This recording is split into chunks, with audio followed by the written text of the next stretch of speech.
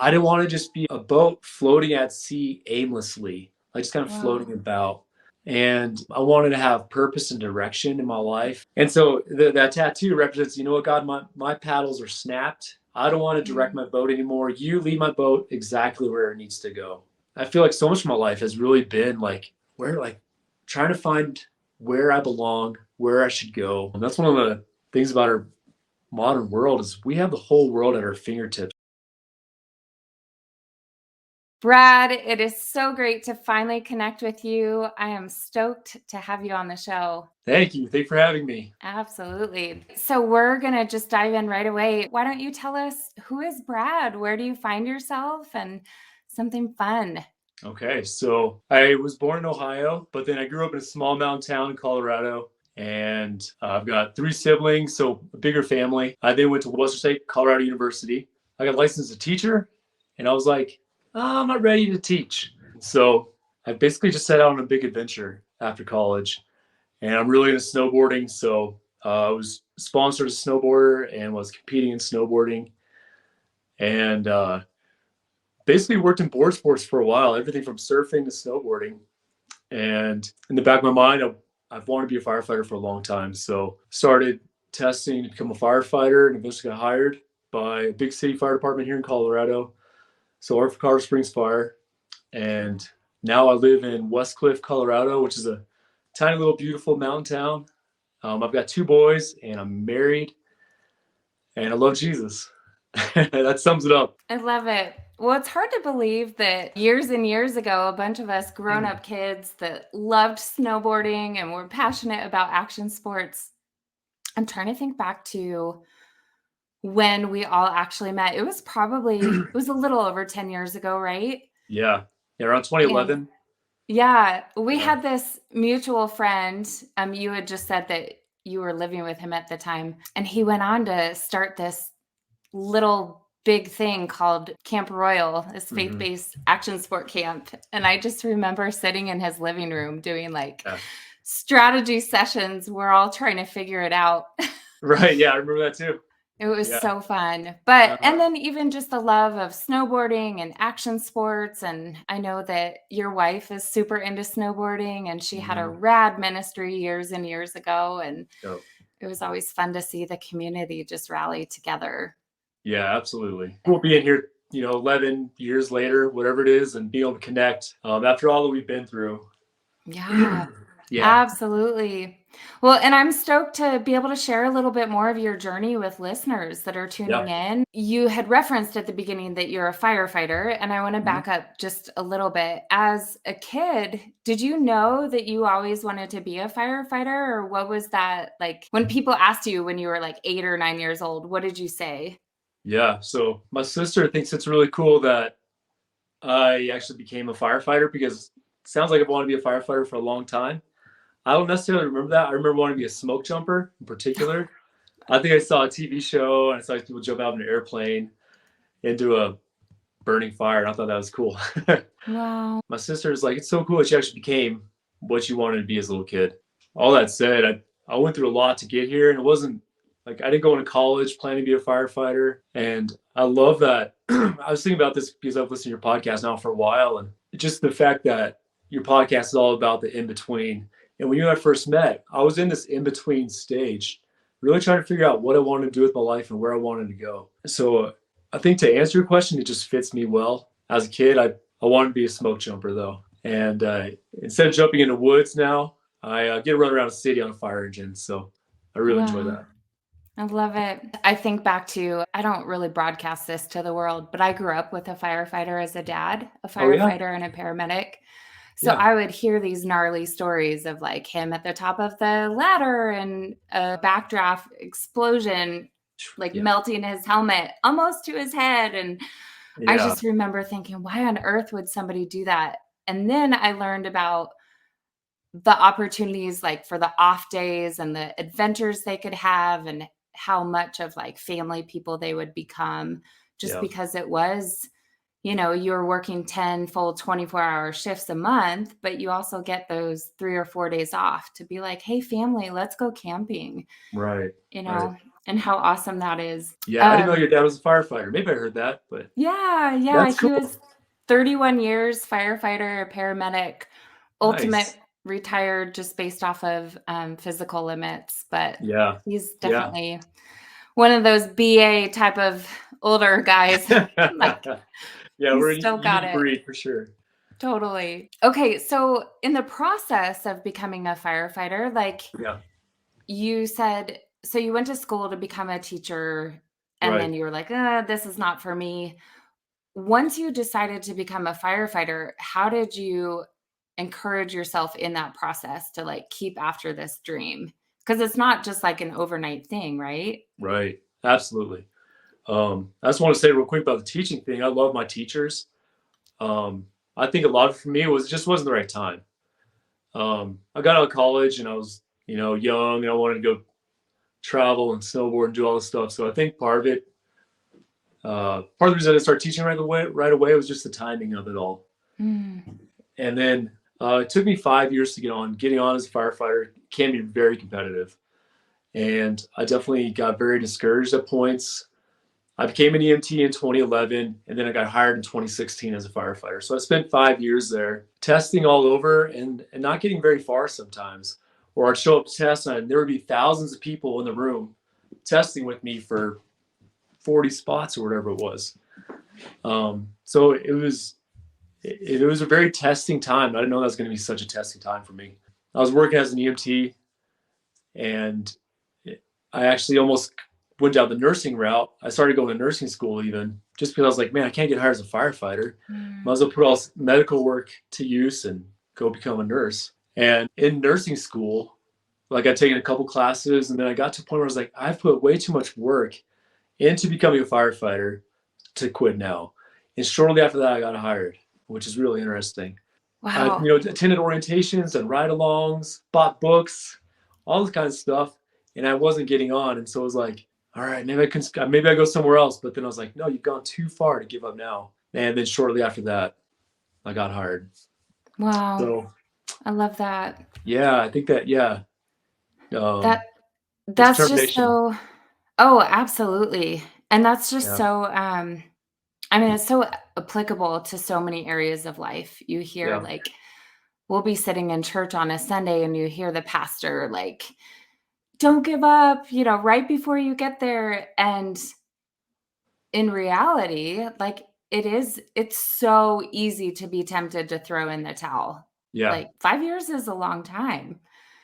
Yeah, So, absolutely. And I remember thinking like, okay, you can't measure getting hired on in months or weeks. You got to measure in years with firefighting because there might be a department you really want to work for, but they're like, oh, yeah, our next hiring process is going to be in 2 years. And you're like, oh man, another 2 years of night shift in the ER? mm, Like, oh, or whatever it is. You got to measure the process in years. And I think a lot of our culture wants things right away. But sometimes you got to realize that to get something good, sometimes it takes years and it's all worth it.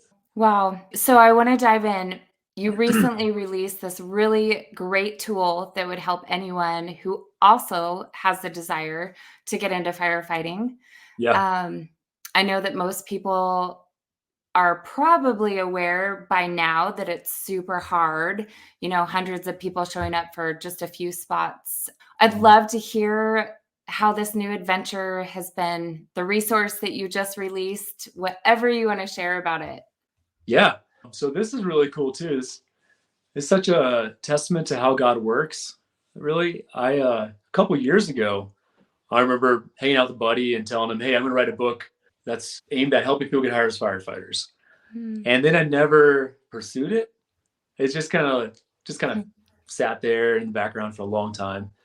And I've been helping people get hired for a long time. And then just recently, so started doing a TikTok on helping people get hired as firefighters.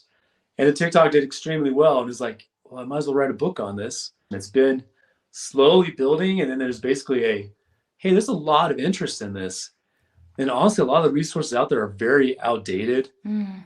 It's really a niche or a void that I was able to slide into perfectly. It's a great career. And I think a lot of people, they don't know how to go about getting on as a firefighter because it's typical career. You know, you don't go to a normal state school to become a firefighter. The process is different than a lot of jobs out there. So it was cool to provide a tool, which is this book that I wrote that just walks you through how to get hired. And it's really just a step-by-step guide, no fluff, just the meat and potatoes, the bangers you need to get hired as a firefighter. I love it. And Yeah. can you tell me like a few of the chapters that you discuss? Yeah, absolutely. So it's a very step-by-step process. I think when you start out, you're like, because there are so many different routes to become a firefighter. Mhm. I start out with research your departments and get your EMT. Um, by researching the departments, you really figure out, is this fire department a good fit for me and my family? Mm. Is this a place I want to live? What does the schedule look like? What's their culture like? That kind of things. Because fire departments are very different all around the country. So doing some research into some fire departments early on is a great first step. You can do a ride along, attend an orientation, reach out to the recruiter. Honestly, the recruiters are awesome resources for people to use. So start there and then get your EMT. Those two steps are great first steps. That EMT is going to be a basic requirement for a lot of fire departments. So you get that EMT, and that's what's great. You can get your EMT in like 3 months, and typically it's through a community college or a hospital. Inside tip, the hospitals are oftentimes a lot cheaper than the community colleges because you don't have to pay for the college credit piece. You still get your EMT, but you don't have to pay for the college credit bit. So it's cheaper to get your EMT through a hospital. And then one of the good things about doing the research on the fire departments too is you figure out what their requirements are. So if you need to get your fire one or anything like that, then you know that ahead of time. But those are some first good steps. Yeah, I love Yeah. that. Well, and I think it's so needed to have resources like this because I remember back to college, and I don't know if you had experiences like this, but we'd have these really cool professionals come in and share, like, look, I'm a filmmaker and this is how amazing I am. And they'd share like really cool things and career accolades. And as Yeah. a 18, 19-year-old, we'd be like, sweet, I want to be just like them. And they never would talk about how they got there. Oh, And there was right. always this gap of, Yeah. well, what do you do in the process? And how do you, like yours is, it's so practical where you're saying like, plan to get your EMT, plan what does the department need for you to actually be able to walk on board? Like, Right. are you doing the right things? Right. Absolutely. And so I even put together a little checklist in the book.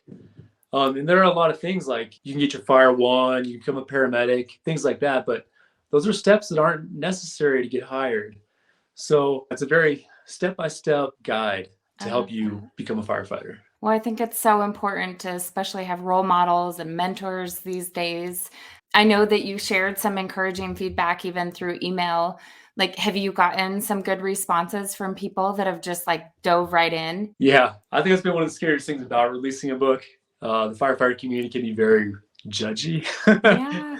They can be rough, but I've got some great feedback from other firefighters, which is really like that. That means a lot. Very encouraging. Not only did you just release a book, so Uh, total congrats, by the way, because that is not an easy feat. Like, Thank you. I've done it. It is not easy. Yeah, The process of releasing a book into the world, like, it feels vulnerable, like what yeah. you just said, like the fire community might not be the most receptive. What do you think the most challenging part to writing the actual book was? I would say that the hardest part of the book was probably working up the bravery to release it, honestly, Mm. because I know I'm gonna have all kinds of friends and people all over the country looking at it, being like, "Who's this guy to say this is what you need to do to get hired as a firefighter?" And I know that people are gonna pick it apart and tear it apart. I think one of the things that helped me though, I recently listened to this book, 13 Things Mentally Strong People Don't Do. Hmm. And it was one of them was basically they don't care what other people think. And I think that's part of the Christian walk. You know, you've got to get to a point where you're confident in who you are. And you're like, you know what? I am a Christian, like it or leave it. And kind of like writing this book, it was this like, yeah, I'm going to put this out there. I'm going to be an author and I'm going to give my take on what it takes to become a firefighter. Yeah. Yeah. Well, and so much of the world is like, we do have to take that risk and put it out. Right. I mean, think of all the people on social media that are like, I'm going to start this thing. You never know whether or not it's going to like catch. And Right. then starting a business alone, I mean, gosh, that is like you are putting your heart and soul and just saying like, hey, please approve. Right. But I would say potentially one of the benefits of even being a person of faith and having that relationship with the Lord is like, if you know that He's given you that assignment and that you have the support like from your wife or your best friend, it's like taking that step forward doesn't become as daunting because you're like, I already have approval from him and from them, Yeah, you know? absolutely. I'm sure you can So relate with the podcast even. I'm sure it takes some guts to do something like this. Yeah. totally. Well, and it's funny, as I was telling you, even just before we started recording for listeners, like I started the podcast in 2021 Yeah. and my entire life I've loved telling people stories. I'm an event planner, a producer, I do films, and it's always fun to tell people stories. However, I always wanted other people to tell their stories. So in 2021, the world is still kind of like vacillating between, are we open? Are we closed? Right. Like, Right. what's going on here? And it was kind of one of those like, you know what? Like it's either going to happen or it's not. And I could wait another few years, but like, why not release a resource that hopefully can encourage other people on their walk and their Yeah. journey while they're in transitions? I know people that are listening, maybe not everybody wants to become a firefighter, but Right. people that are listening, we can all relate to being in transition at some Yeah. point of our life. And, Absolutely. it's neat to hear other encouraging stories of like, there were times I wanted to throw in the towel, but Right. Well, I was thinking prior to this, like around 2011, like that's such a big transition in my life. So it was really cool that we started this conversation, listening to your podcast. I was like, this is such a great fit for me because 2011, I was considering basically, so I just finished working park crew in Crested Butte, which is park crew for those that don't know, like they're the ones that build the jumps and set up the rails and all that kind of stuff. So I just finished the season working park crew in Crested Butte. And I was like, what am I going to do with my life? Like, I was kind of getting to a point where I was like, all right, I'm ready to do something else with my life. And I was looking for direction. I think you and I might have met at a Walking on Water with thing. I Brian think that's, Jennings, yeah. yeah. Okay. Yes. So I worked at Walking on Water in California. So they contacted me. I think maybe you and I met at that event. And I was at this point where I was considering either going back to school to do fashion design because I was like, I want to work for the North Face and design outerwear. I wanted to go design outerwear for some company, or I wanted to be a firefighter. And I met a buddy that's a firefighter during that time. And I kind of took it as a sign as, all right, well, I should become a firefighter.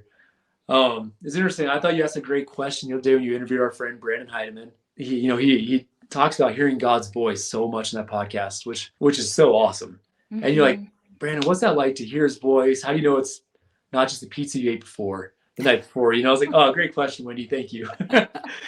And Totally.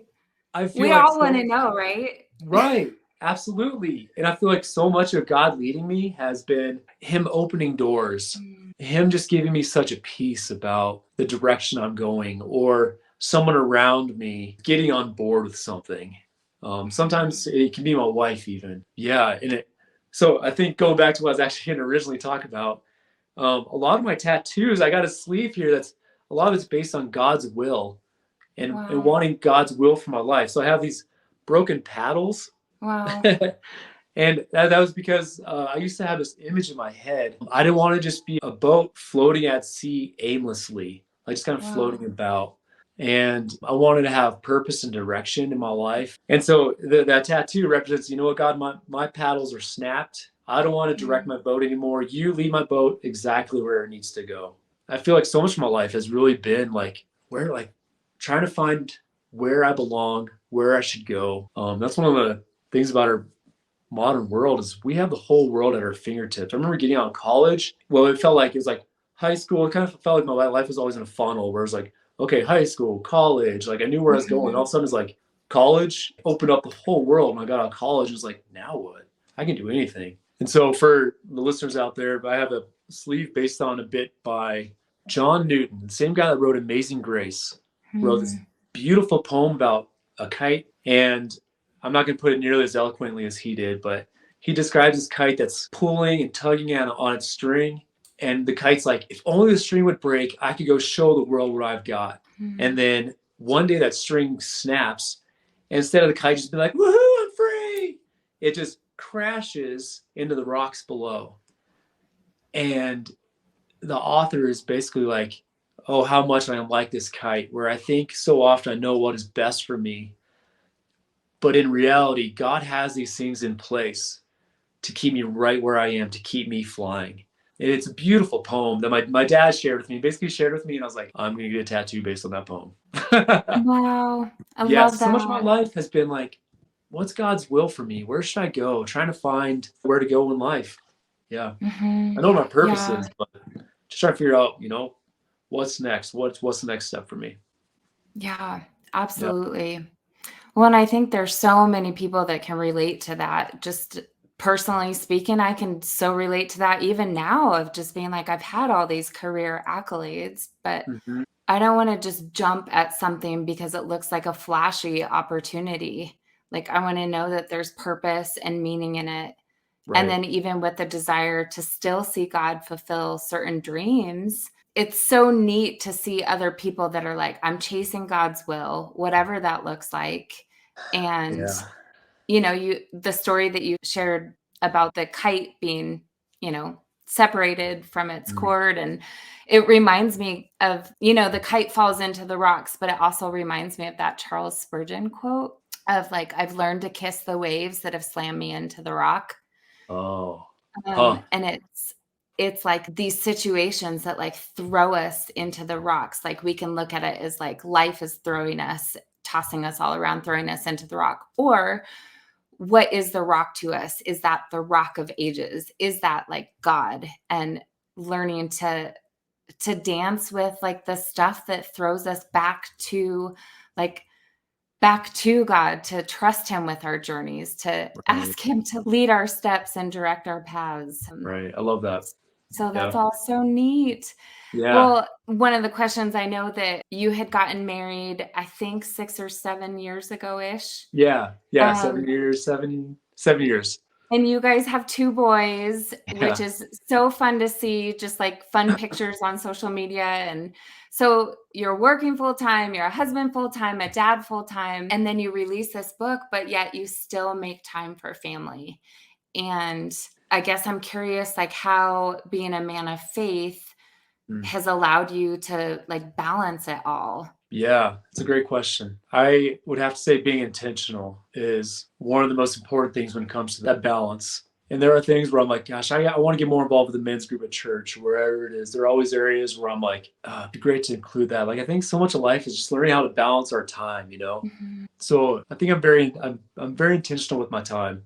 Mm. And knowing that I'm married and I have kids, I prioritize them. And I think that's a lot of it for me. In my career, there's plenty of opportunity to pick up overtime. I think if I was single, I'd be a lot more enticed to pick up that overtime. But because my family means more to me than extra money, I prioritize them. I heard this recently. Kids spell love Time. And I Mm. was like, yeah, and that really struck me. I was like, oh yeah, that's right. Like they want your time more than money. So I think that's so much of it. And then even just going to church when I can. There's some Sundays I work, but if I'm off and it's a Sunday, if I'm home in time, or if it's a Sunday where you make a church, I make sure that I get my family to church, just because I know that I have 2 young boys, and so I know that they look up to the dad and they're like, okay, how does dad handle life? What's important to him? Mm. So just really realizing that I have an awesome responsibility, which can be very intimidating at times, kind of scary. Sometimes my wife and I are Yeah. like, "Can you believe we're in charge of this household?" I'm like, whoa. But I think being very intentional and just realizing that we have an awesome opportunity and not just taking it for granted. Yeah. Yeah, that's so good. That's so good. Well, and it's funny because I think as kids, we all thought our parents like totally had it together. I know. Whereas being in your 30s and being a parent, you're like, Pretty sure my parents didn't have it together because we're like still figuring it out. Yeah, I know. I'm sure my wife feels like she has 3 boys. Yeah, that's probably true at some points. But Yeah, yeah. well, I love just seeing your commitment to your family and commitment to be the father for your boys, that I know they'll age seeing like their dad as a present person in their life and probably their hero too. So I applaud you. As we start to wrap up, what would you say to somebody who has like hopes and dreams for stepping into a dream job? It might not be firefighting, but they want to step into their dream job, but maybe their calling right now is family. How Yeah. would you encourage them? Yeah, that's a good one. That's a tough one too. I think you can take baby steps right now and whatever you can to prepare for whatever that dream job is. You know, you take baby steps to line you up for it.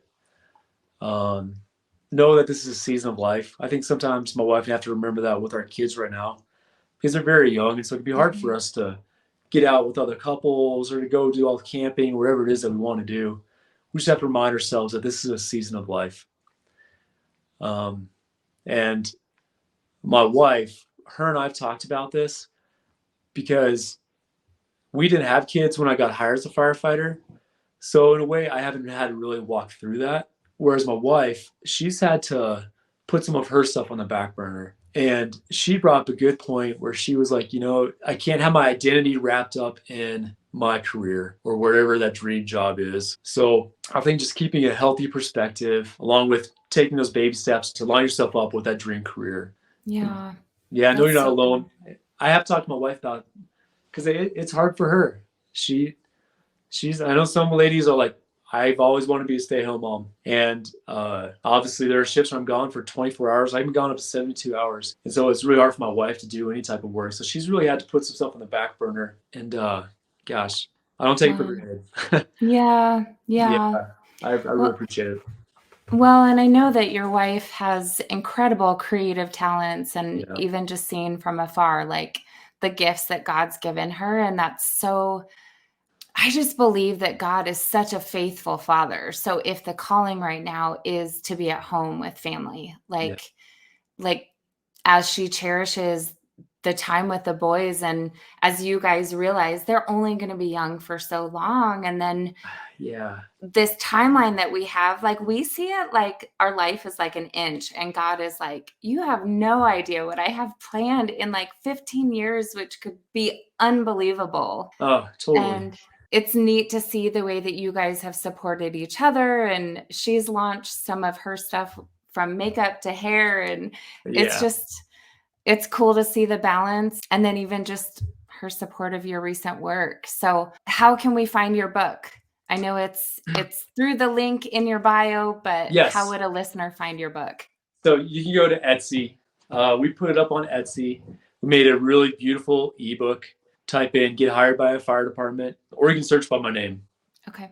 Well, Yeah. listeners, you heard it from Brad. So go to Etsy. I will tag it in our show notes. You know, and that's one of the cool things about offering a resource that's online, because when you have it on your phone and you can actually like screenshot a really important piece you want to Right. remember, it's not like you're like carrying around this physical book going, oh, I have to find where he said that one part. Right. Yeah. That's one of So the things about it. We've made it to be an ebook, so it's made to be on your phone, easily accessible. You can have it with you at the gym or wherever. like you referenced the gym. I don't ever see anybody at the gym anymore with like a book Yeah. open wide. A lot Right. of it's scrolling through, yeah, an ebook or a PDF online. Well, as this is a podcast about transitions, Yeah. the last question, what place would you say you're between? And then how can we pray for you? Well, thanks for asking. I would say I'm testing to become a lieutenant with my current fire department. So I'm preparing for that to promote. So I'd love your prayers for that. And the other big thing is just being a dad. My wife and I recently had a kid start kindergarten, and we have a 2-year-old in the house too. So just the transition of a kid being in school full time, having one kid at home, just making sure that we balance the family life as well, transitioning through all the different stages of life with our boys. I love it. I love Yeah. it. Well, I'm sure you're in a great area to create lots of memories, and Yeah. love your department and where you get to raise your boys, not right in the middle of all the busy. Right. Yeah. It's nice to escape the busy when I'm off. Absolutely. Brad, thank you so much for sharing your wisdom and even just some of the personal insights and vulnerability of your story. Just, I know a lot of people can relate to feeling that urge and that desire to get somewhere, but there's definitely Yeah. a process that's needed along the way. So, Faith is huge. yeah, absolutely. Yeah. So, and then for anybody listening, if you happen to be encouraged by this episode, or if you even know somebody that's in the process of wanting to become a firefighter, I just encourage you to get that resource for others and encourage them to listen to this episode. So, all right, guys, thanks for joining us. Have a great week, and we will catch you again next time on the Thanks, Places guys. Between. Thanks, Wendy. Thanks, Brad.